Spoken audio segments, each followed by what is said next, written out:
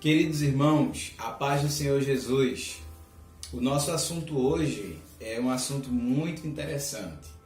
Eu pretendo hoje falar a vocês sobre o que é louvor, o que é louvar. Muitas vezes a gente confunde um pouco a questão do louvor com a questão da adoração. Então deixa eu fazer o seguinte, eu vou começar definindo o que é adoração, depois a gente vai ver o que é louvor, as formas possíveis de nós louvarmos a Deus e a importância disso, né? A importância do louvor. Eu peço que você abra, por favor, a sua Bíblia para nós fazermos uma leitura aqui. Livro das músicas, não é? Livro dos louvores, livro dos salmos. Eu quero ler o Salmo de número 9, 2 versos do Salmo 9. Como se trata de música, é de fato número 9 e versos 1 e 2. Nós usamos isso aqui simplesmente como um livro, mas aqui é um inário, né? Temos aqui um inário. Os 150 hinos que os israelitas cantavam estão escritos aqui no livro dos Salmos. Salmo 9 diz assim: Eu te louvarei, Senhor, de todo o meu coração. Cantarei todas as tuas maravilhas. Em ti me alegrarei e saltarei de prazer. Cantarei louvores ao teu nome, ó Altíssimo. Isso aqui é o salmista Davi, não é? Davi era de fato um grande escritor, um grande guerreiro, um grande salmista, um grande adorador também.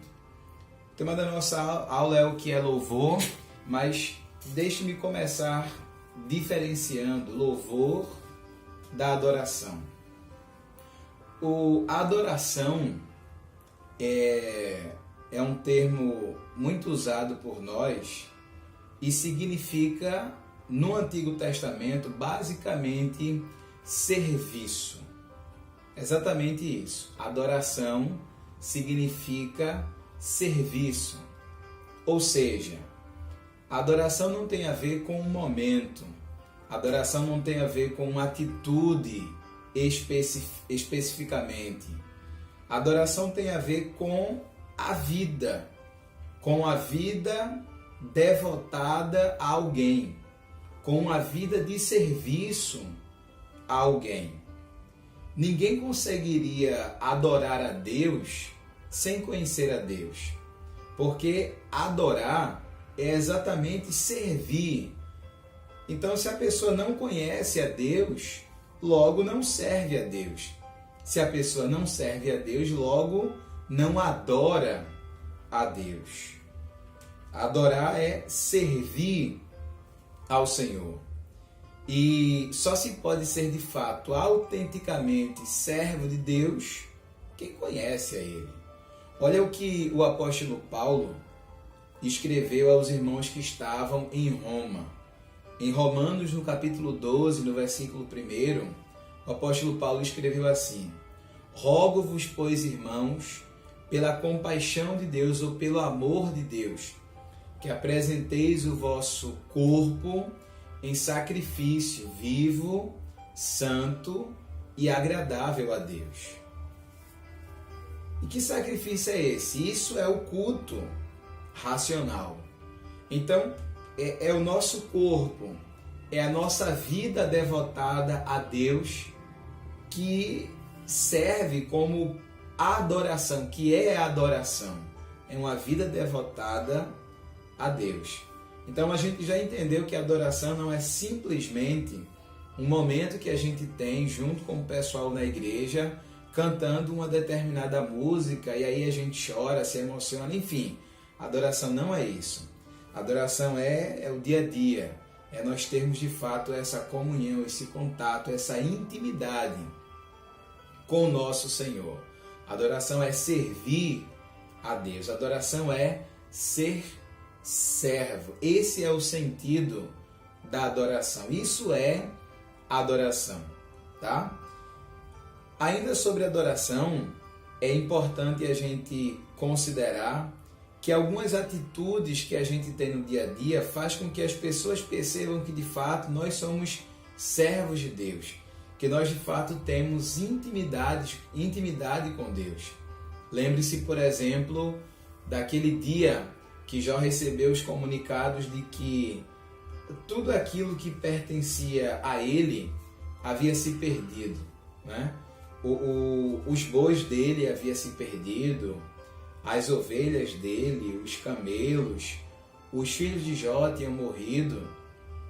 E diante de todas essas coisas, o que foi que Jó fez? Continuou sendo quem ele era, um verdadeiro adorador. Lançou-se em terra e disse assim: o Senhor deu, o Senhor tomou, bendito seja o nome do Senhor. E adorou a Deus. Ou seja, a vida de Jó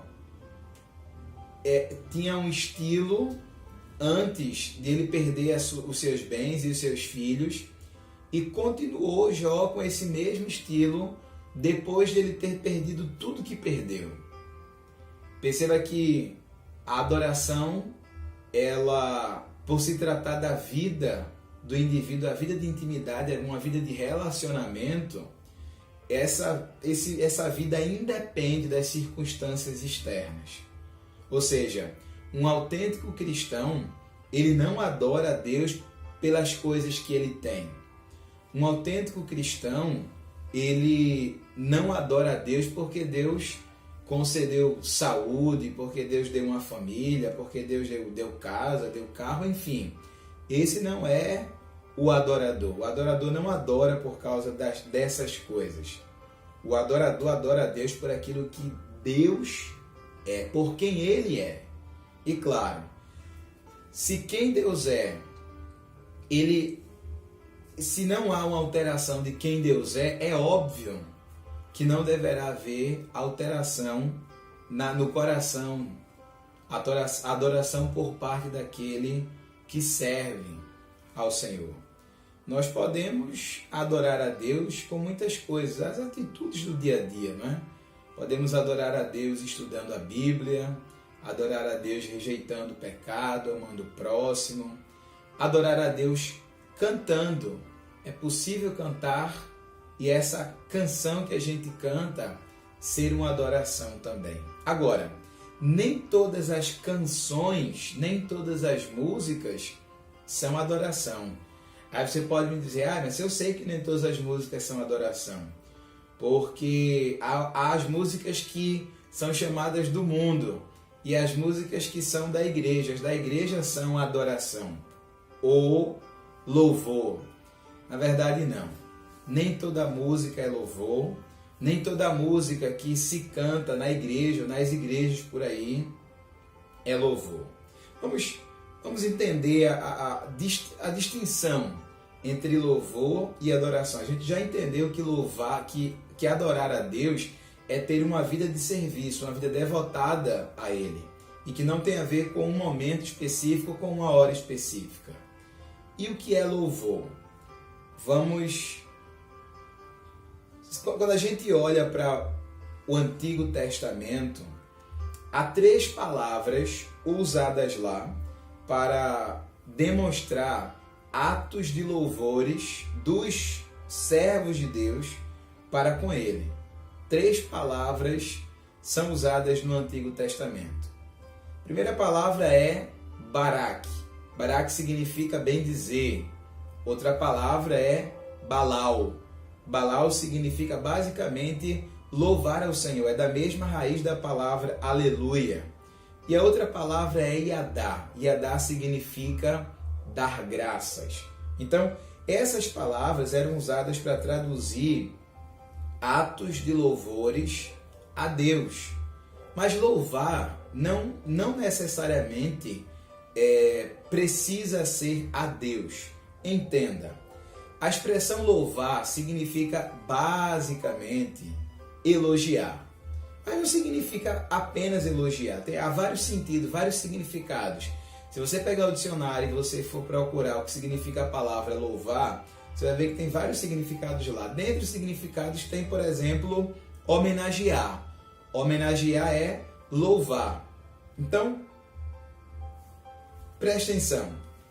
Quando você vai a uma apresentação teatral e há um espetáculo, há um show, os artistas foram muito bem, falaram muito bem a sua fala, e aí o show terminou, o que é que você faz?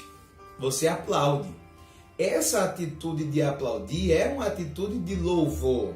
Claro, você não está adorando as pessoas que estão lá no palco, você não está adorando os artistas, mas você está de alguma forma louvando os artistas, no sentido de homenagear aqueles artistas, e não há nenhum problema nisso, tá? Agora, se você, por exemplo, está cantando na sua casa uma música e essa música ela exalta a santidade de Deus, e nesse momento você começa a aplaudir, nesta hora você está louvando a Deus não apenas com aquilo que você está cantando, mas você está louvando a Deus também com as suas palmas. O livro dos Salmos fala que nós devemos louvar ao Senhor com as nossas palmas. Mas as nossas palmas não servem apenas para louvar o Senhor, né? Servem para fazer um monte de coisa, chamar alguém, a atenção de alguém, enfim. É preciso estar muito bem definido dentro de nós que muitas atitudes que a gente faz são atitudes de louvor, que podem ser tranquilamente a alguém, as pessoas, ou pode ser um louvor a Deus. Entenda, a adoração só a Deus, mas elogiar, homenagear, você pode tranquilamente homenagear as pessoas, você pode tranquilamente louvar as pessoas.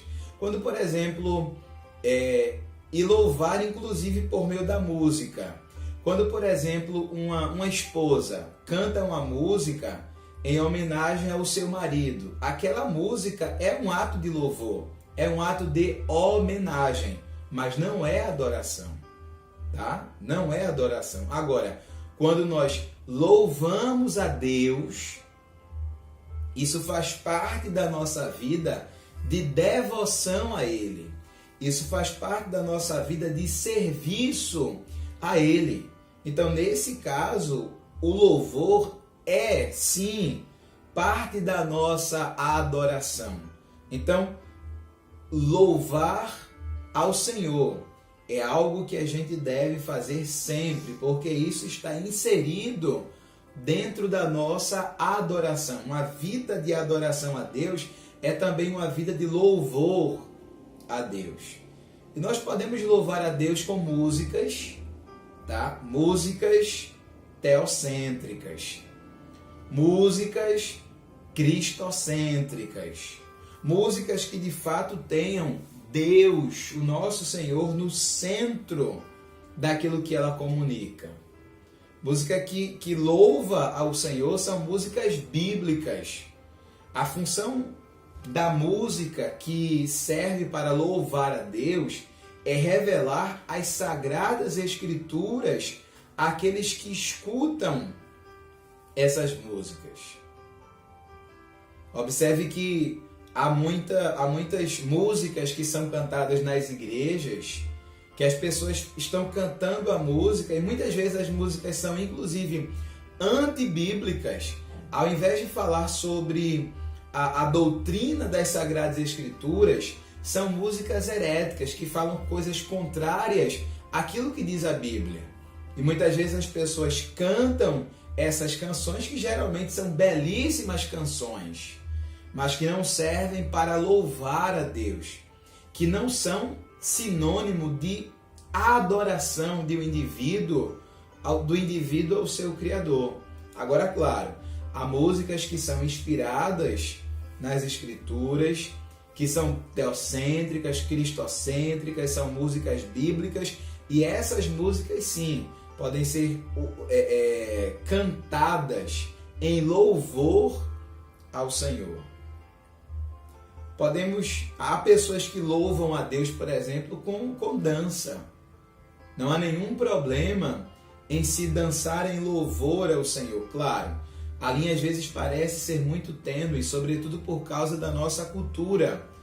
Mas quando a gente vai, por exemplo, para olhar para a cultura africana, eles louvam a Deus e louvam maravilhosamente a Deus por meio das suas danças, né? Então a dança é uma forma também que há de se louvar a Deus, de homenagear ao Senhor, de elogiar a Deus, de louvar a Ele. E isso também faz parte da nossa adoração. Então você já entendeu, nem todo louvor é adoração. Nem toda música é cantada em louvor a Deus, tá? É preciso a gente fazer essa distinção. Olha o que Jesus falou. Palavra de Jesus em Mateus, no capítulo 15 e no versículo 8. Isso aqui, gente, traz uma mensagem muito poderosa para a nossa vida. E é preciso que a gente reflita sobre este texto a fim de que entendamos qual é a vontade de Deus para a nossa vida. Em Mateus, no capítulo 15, no versículo 8, Jesus disse assim: Este povo se aproxima de mim com a sua boca e com os seus lábios me honram, mas o seu coração está distante, está longe de mim. Não adianta em nada, é exatamente isso, não adianta em nada você louvar a Deus quando você, com a sua vida, não o adora. Não adianta nada você ter uma bela voz e você, por exemplo, cantar e as pessoas até aplaudirem. Se você não tem uma vida de fato devotada a Deus, uma vida de adoração, o louvor que você está emitindo num determinado momento enquanto você está se apresentando, não está indo para Deus. Olha o que Jesus falou: este povo se aproxima de mim e com a sua boca, com os seus lábios me honram. Mas a verdade é que o coração deles está distante de mim. O segredo de, por exemplo, uma música ser cantada e essa música conseguir atingir o coração de Deus tem a ver não com a música em si, não com a melodia da música, tem a ver não com a letra necessariamente da música, mas tem a ver com o coração daquele que está louvando. Então, se você quer ter o seu louvor aceito por Deus, é preciso que o teu coração esteja junto dele. Ou seja, é preciso que você seja um adorador. Que a tua vida seja uma vida de serventia ou de serviço a Deus. E que você tenha sempre o reconhecimento de que, por mais que você faça essas coisas comparadas àquilo que Ele é, ou aquilo que Ele já fez, é nada. Esse povo me honra com os lábios, mas o seu coração está distante de mim. Quando Jesus falou isso aqui, ele estava relembrando as palavras ditas pelo profeta Isaías. E este mesmo profeta Isaías escreveu no capítulo 1, no versículo de número 13, o seguinte: O incenso que vocês queimam para mim cheira mal. Suas festas religiosas, a lua nova e o dia do descanso, os seus jejuns não passam de grossas mentiras. E não há nada que eu odeie tanto quanto uma religião fingida. Olha o que Deus está falando por meio do seu servo profeta Isaías. Não há nada que eu rejeite, não há nada que eu odeie, mas que eu tenha mais aversão do que uma religião fingida. Ou seja, a gente pode entender isso aqui como aqueles que, por exemplo, pretendem estar louvando ao Senhor com a sua boca, mas o seu coração está distante dele. É um coração fingido. Este vive uma religião fingida, achando, por exemplo, que servir a Deus ou ser um adorador significa simplesmente ir à igreja e se comportar direitinho na frente das pessoas, quem sabe pregar de vez em quando, quem sabe cantar de vez em quando, quem sabe de vez em quando ofertar, e que isso aí é suficiente para que a pessoa de fato seja aceita por Deus, para que a música, por exemplo, seja recebida por Deus, para que a oferta seja recebida por Ele. Quando na verdade não é isso. O que Deus quer é que nós sejamos verdadeiros adoradores, a fim de que o louvor que a gente faz a Ele possa ser recebido e chegue nas suas narinas como um cheiro suave. Outro profeta disse uma coisa muito forte, Amós. Amós disse no capítulo 5, no versículo 23, Amós 5, 23. Acabem com esse barulho, o barulho das suas canções. Eles são um barulho que incomoda os meus ouvidos. Não ouvirei suas músicas, por mais belas que sejam. Olha que mensagem forte, mas clara, muito clara. Eu não aceitarei, não ouvirei as suas músicas, o louvor de vocês, por mais belo que seja. E por que eu não vou ouvir? Por que eu não vou aceitar? Porque o coração de vocês está distante de mim. Porque é um louvor que está saindo só da boca. É um louvor que não está vindo daquele que é verdadeiramente adorador. O que importa de fato é que nós sejamos adoração. Porque quando nós somos adorador, o louvor naturalmente flui e flui para Deus. Eu fico muito preocupado quando eu vejo alguém, por exemplo, que durante todo o culto permanece com a sua boca fechada. Mas, por exemplo, quando vai se apresentar lá na frente, vai falar ou vai cantar, parece que é a pessoa mais cheia do Espírito Santo. Ou ficam conversando durante o culto e depois, quando estão lá na frente, se tornam outra pessoa. Isso é muito preocupante, porque muitas vezes isso pode transmitir a mensagem de que aquele que está lá fazendo aquelas coisas não é de fato um adorador. Porque aquele que é adorador, ele louva lá na frente, ele louva sentado, ele louva na sua casa, porque o louvor faz parte da vida dele, da vida de devoção, de intimidade, de quebrantamento diante do Senhor. Então isso é extremamente importante. É importante que de fato nós sejamos adoradores, a fim de que o nosso louvor seja aceito por Deus. Precisamos valorizar muito a possibilidade de nós louvarmos a Deus, por exemplo, com as nossas músicas enquanto nós estamos sentados nos bancos das igrejas. Isso, por incrível que pareça, começou a acontecer muito recentemente. Só depois da Reforma Protestante, que aconteceu em 1517, foi que as pessoas que frequentavam o culto ou frequentavam as missas passaram a poder cantar. Porque antes, só quem podia cantar eram as pessoas que faziam parte da igreja. E não estou falando dos fiéis, mas a igreja, o clero. Só aqueles que estavam no púlpito é que de fato podiam abrir a sua boca e cantar. Geralmente aqueles cantos gregorianos que as pessoas não entendiam muito bem.